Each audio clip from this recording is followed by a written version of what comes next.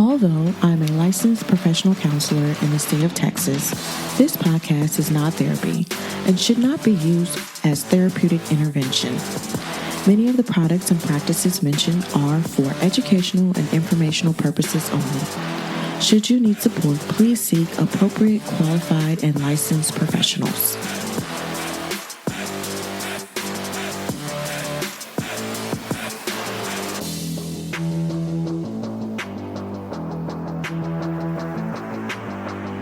Hey y'all, welcome to Between a Hot Mess and a Therapist, the podcast where we navigate the murky waters between what society expects and what it means to truly live, embrace the messiness, the beautiful chaos of life, and celebrating the rebellion in the process. Whether you're a recent graduate, a seasoned therapist, or someone simply curious, there's something here for everyone. But before we dive in, make sure you join the Hot Mess Rebellion community where you can connect to other like-minded souls. I'm your host, Shauna Lovin, a seasoned therapist and wellness educator with a very rebellious spirit. So grab your favorite beverage, get comfortable, and let's dive into today's rebellion.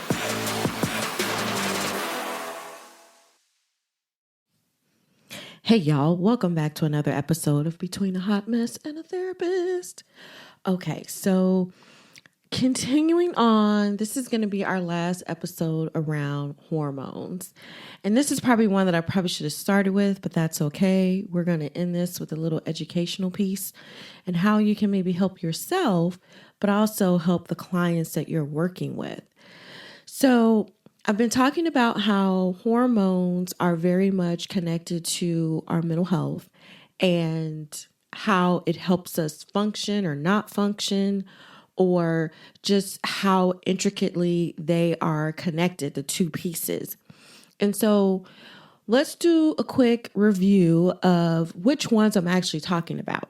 I mean, we're talking about all of our hormones, but there are some in particular that are more connected to our mental health than anything else. So let's start off with cortisol. This is known as our stress hormone, and it's basically responsible for our flight, fight, or freeze kind of response. And it's mostly just managing when we get information coming in and what is happening to the information. And it's telling us how do we need to respond to the information that's being put in. And cortisol is highly connected to, in particular, anxiety, depression, our sleep problems, and then some medical issues or physical issues like hypertension. So that's just a few things about it. We are supposed to have an influx of cortisol when we do have that stress response, but it's supposed to go away after a period of time. And if you've heard me talk about it before, when we get that influx of cortisol, our frontal lobe kind of goes offline. And so we can't make executive functioning decisions. We are just not with it. And that's why we feel tired when we have after a stressful event. That's because the cortisol in our body is super high. But when it goes down, we should be able to kind of get back to normal within, say, 24 hours. But if you're always in a high state of cortisol or in this high stress state, and there's a whole bunch of other things that can come along with that, that is where you might want to look at how can I reduce my stress or manage my stress a lot better. So the second hormone that kind of comes online is serotonin. Dopamine is another. These two influence our mood, emotions, and again, how we sleep. It helps regulate, the serotonin in particular helps regulate our mood. So are we happy? Are we sad? Are we anxious? Are we depressed? It just helps regulate that in general. And so when we have lower serotonin levels, that is linked to say depression. Some anxiety disorders. Have you ever seen like the, SSRIs? That's what that is, trying to help boost your serotonin levels. Dopamine's role is more about pleasure, reward, motivation.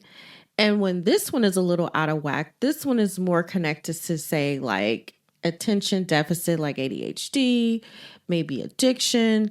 So we are the serotonin and dopamine are trying to give us like, what is the happy medium? Now, again, we cannot balance our hormones because depending on where you are within a month cycle, and this is particular to women, but and for men too, depending on where you are in a month's time or that given day, that given week, your hormones are going to fluctuate between, say, a high and a low. And so there's no true way of balancing your hormones. The thing about serotonin and dopamine is like you have to look at what are your lifestyle factors. This is connected to like your diet. What are you doing for exercise or movement? Are you having good sleep habits? Because there's a whole set of other hormones and things that kind of kick in when you're sleeping. So that's a whole nother thing. But what are you doing in the areas that are contributing the most to your serotonin and dopamine production? The next group of hormones would be the bigger group would be your, what we call sex hormones. So this is like your estrogen, progesterone, testosterone. So we know that estrogen and progesterone, they do impact mood, but they're also highly connected to your reproductive health and your overall well-being. Your testosterone is more like, yes, it's your mood, but it's more your energy level. Like, do I feel good and happy and like I'm getting at it today? And, or is it the opposite? So that's the big three that are in that space. And so we have to think about like when we go through life, like we have different stages. We have puberty. This is where all the hormones start to surge and we get mood swings. We got anxiety increasing. And it's like a whole bunch of stuff going on. For women, when you start menstruating, it's the fluctuation in your estrogen and progesterone. And depending on if you're up or down that particular day, it's going to also affect the way your mood changes. This one in particular, the sex hormones are connected to PMDD, the premenstrual disorder. And so if you look at what PMDD is, there are like different categories. One being like your mood or how you're feeling. There's a physical aspect. There's different pieces to it, which creates this diagnosed maybe disorder that we have in the DSM. The next like little phase that kind of happens with our sex hormone is when you have pregnancy and postpartum. And so there's the hormonal shifts that happen there. And this is why we get postpartum depression and now I guess postpartum anxiety. So I remember when I had my first child, I think I actually went through, when you look on things hindsight, I think I had a low level of postpartum there. Menopause would be kind of more of the latter stages that we kind of go through. And I'm sorry that the men don't have all these things and fluctuations with hormones, but you can still learn something. So when we hit menopause, we are declining our estrogen levels, and then this kicks in the mood swings. So when we go through freaking puberty, we have freaking mood swings. But then when we get on the back end, we have freaking mood swings again. Like, really? So menopause was at one point, according to history, if you're a psych history buff, it used to be hysteria, like back in the day. And they put the crazy ladies in the hospital and until they figured out it was actually just menopause, But when women get to the menopause phase, this is also like why a lot of doctors, your mood swings and the anxiety and depression that comes up from that. This is why the doctors start giving you medication, because they're like, hey, you're going through this and this pill should help you. But in reality, I'm not sure that the pills actually really help or the psych meds help. If you missed my last episode on things that I'm just like not doing or not considering anymore, medication was one of those things on there. So you should go back and listen to the last episode. Okay, so if we're looking at these different areas, and then the last piece that we have in just understanding how hormones work and how they function is our endocrine system. And this is basically the overall arching place where the hormones are actually regulated. It involves like your pituitary gland, your thyroid, and your adrenal gland. And so these three glands in particular say like, hey, you need to go right, you need to go left, you need to go up, you need to go down. Like basically it's like the conductor of like all the hormones and how they function and work and operate together. And so again, we can't have true balance in our hormones, but you can have what I like to call like a healthy range. You have a high, you have a low, you have a healthy range. And if you can hit the healthy range, you basically are managing yourself, I guess is a good way to put it. Okay, so as a therapist, what is your role in how this plays, how the hormones play into this? So we know that there's this thing called transference, or countertransference when it's coming from the therapist to the client. And in that space, this is why we have to do such a better job of taking our own advice and tapping into our own self-care. It just helps us self-regulate, and maintain our mood, our energy, our cognitive function, and like everything that we do. And this is beyond just like understanding what self-care is. And I'll talk about that in a later episode. But nutrition, exercise, our sleep, like managing our stress, all these things are important in order for us to function as a well-rounded therapist. The other piece that plays a huge role in this is empathy and how we manage or need to manage our, burnout or what could lead to burnout. And so when we are kind of like lacking empathy, we become at risk for compassion fatigue, burnout, which is linked to stress and that cortisol level. Now, if we are again managing ourselves, self-regulating ourselves, and if you haven't listened to my episode on self-regulation, I'd suggest you go back and listen to that. But self-regulation is the key on how we typically are just going to manage the risk that we have. We are not going to actually get rid of it. We are never going to be in a position where we will never encounter it. Look at what our role is. So like, this is like how I explain it to my husband. So if you didn't know, my husband is a deputy, and he has been for almost 30 years. And I tell him his role, his job is very unique compared to the average person. He's going to see some of the craziest shit or experience some of the craziest shit you have ever seen. People's probably, when we say we meet people, as therapists say, we meet people at the worst period of their life. Well, that is after they have already met my husband, and in his role, the worst day of their life, actually in the moment. And so I explained to him, like, because of the role that you play in your job, you are always continuously exposed to secondary trauma, which leads to compassion fatigue and burnout. And you have to manage the stress. You have to manage like just the sensory input that you have in your life. Because if you don't, this is why we get burnt out. I'm just saying.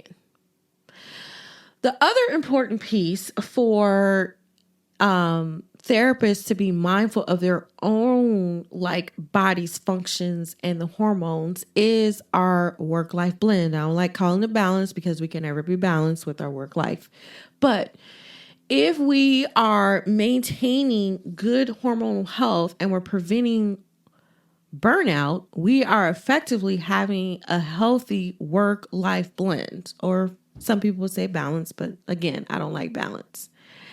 And so that can look like, managing your workload or, making sure you prioritize your self-care and setting boundaries. I mean, that's, we know boundaries are for ourselves, not for other people. But these are the areas that come into play when we are self-regulating. Self-regulating is probably the one thing that is going to help us the most when it comes to anything we do as a therapist when we're working with other people's energy and all their trauma and drama and whatever they got going on in their life, is that we first and foremost have to put ourselves first. I know it sounds selfish, and I know it sounds a little cliche to say, your self-care does matter. Okay, so how are we supporting our clients with hormonal issues? So it may be hard to determine, but if you think about just like your average client, you have to understand what are their symptoms first and foremost. Like, are they having mood swings? Are they fatigued, irritable? The reason why it's important for you to understand it is because then if there is an issue, you may be able to direct them back to their medical professional to maybe seek some additional support. We could also direct them to, say, maybe a psychiatrist. Now, I know how I feel about medication, but in some cases, it does help because the medication is working on how your body is responding to any given situation. It has nothing to do with the mind. It's two different things, if you didn't know. So as a clinician, if you understand like what is happening with your client, it helps you better work with them and helps you with your approaches with them. And if you are a holistic practitioner, this gives you just a little bit of an edge on how are you setting this client up for success.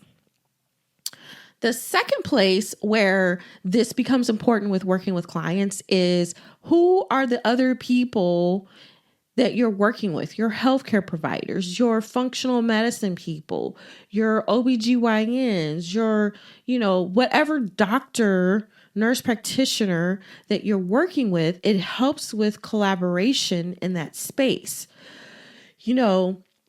Think about if you were working in a full clinic that had like a medical doctor, that had like a psychiatrist, a counselor, and everyone else, right? They had all the different pieces in there. You would basically just be referring to your office mate, which is why having collaborations would be important in this space, especially if you are a solo practitioner. You just have some people that you refer to. They are the ones that are the expertise on the medical side, but you being aware of what is happening is helpful in the relationship, and to even tell your client they need to maybe seek some additional support.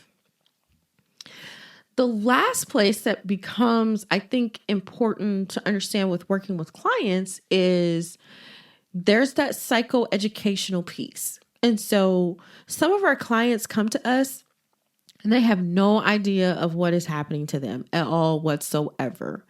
And so if you just do a little psychoeducation to maybe give that spark to the client for them to basically do their own homework and research, you may help them effectively start to advocate for themselves and be able to kind of start making decisions for themselves. Because again, if you listen to my last episode about the things that I am not doing, one of the things that comes up all the time is how the medical community in particular I'm not throwing shade, but I'm just saying that the medical community is known for gaslighting. They are going to tell you what they think you should be doing because that is how they've been taught, but not necessarily what is best for the client or the person seeking the support in the first place. So, if your psychoeducation is helpful for your client to help them advocate for themselves, to help them get on track with maybe regulating themselves, this is where, your articles, your books, your websites, this is where you can dish out all that information and just like drop the knowledge. So, those are just a few things that can be helpful in how we are working, recognizing first and foremost within ourselves, but how we're working with our clients. And so I'm not going to beat a dead horse. We all know that self-care is important. We all know that there are things that we should be doing, like lifestyle changes, that include, diet, exercise, sleep, stress reduction. We always talk about that, right? Okay. We know that mind body practices are very important to just our overall well-being and our mental health. So yoga, meditation, mindfulness, I'm just rattling them off. And then making sure that you get your regular checkups. Okay, so here's the thing about regular checkups. You can go to your doctor. They can do hormone levels. They can do tests, but they suck and they're not accurate. And so you could go in there and they could say, oh, everything is fine, but you feel crappy, right? You still feel crappy. That's because, remember, our hormones are fluctuating throughout the month. And when you go in one day, it may be perfectly within range. But if you go in another day, it could be freaking off the charts. So I would just, word of caution, just be mindful. Listen to your body. That is what embodiment is listening to, being mindful. Embodiment is really listening to your body. What is your body actually telling you? So that's my little caveat about checkups and getting hormone testing.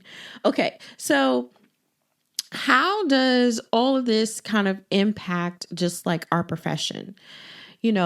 Because we as therapists are dealing with clients kind of like on the worst period of their life. At least that's what most of us are dealing with, depending on who you work with. And, if we are just clinically aware of just like what is happening, and you taking the time to learn more about certain areas, especially if you are a client if you have clients that you typically work in a specific area, instead of just doing like, oh, it's anxiety, oh, it's depression, you might want to consider that there may be something else going on. The other thing is like sometimes, CBT, DBT, and other kind of therapy approaches can be effective with working with hormones, but not necessarily. Hormones are a more, I would say, physical thing kind of happening in your body. And there's only so much that you can do in your mind and changing your thought, regulating your emotions, doing coping strategies. They're not going to fix what is physically happening to your body. They're going to help, but they're not going to fix it. And so this is why that collaboration becomes important, because you can do all the mind stuff that you want to do with helping, but if it's imbalance or, your hormones, it's not going to help a whole lot. So I'm just being honest. The other places, sometimes people say building resilience, it becomes helpful because, when you have fluctuating hormones, it could allow the space for self-reflection and mindfulness practices, peer support, other things, other areas. But that's, again, if you don't fix what is going on hormonally, you're always going to have problems with your anxiety and depression, or just your overall mood and well-being. And so the first place is, how can we medically or physically make the hormones, I guess, more in range, not balanced? Okay, so I hope that you guys have found this helpful and that you took away something that's either going to help yourself or that's going to help your clients that you're working with. If you are a practitioner or a clinician that specifically works with women around hormones, man, y'all do your homework. It's just do your homework. All right. Until next time. Thanks for joining today's rebellion with me. Remember, it's okay to be a hot mess sometimes. It's all part of the journey. Until next time, stay rebellious, stay authentic, and keep embracing the beautiful messiness of life. Don't forget to join the Hot Mess Rebellion community where you can connect with other like-minded souls. And anything mentioned in today's episode will be linked in the show notes. If you enjoyed today's episode, make sure you subscribe, you share with a friend, you leave a review, and you keep coming back for more. This podcast was brought to you by Healing Roots Wellness and Botanicals. For more information, please visit healingrootswab.com.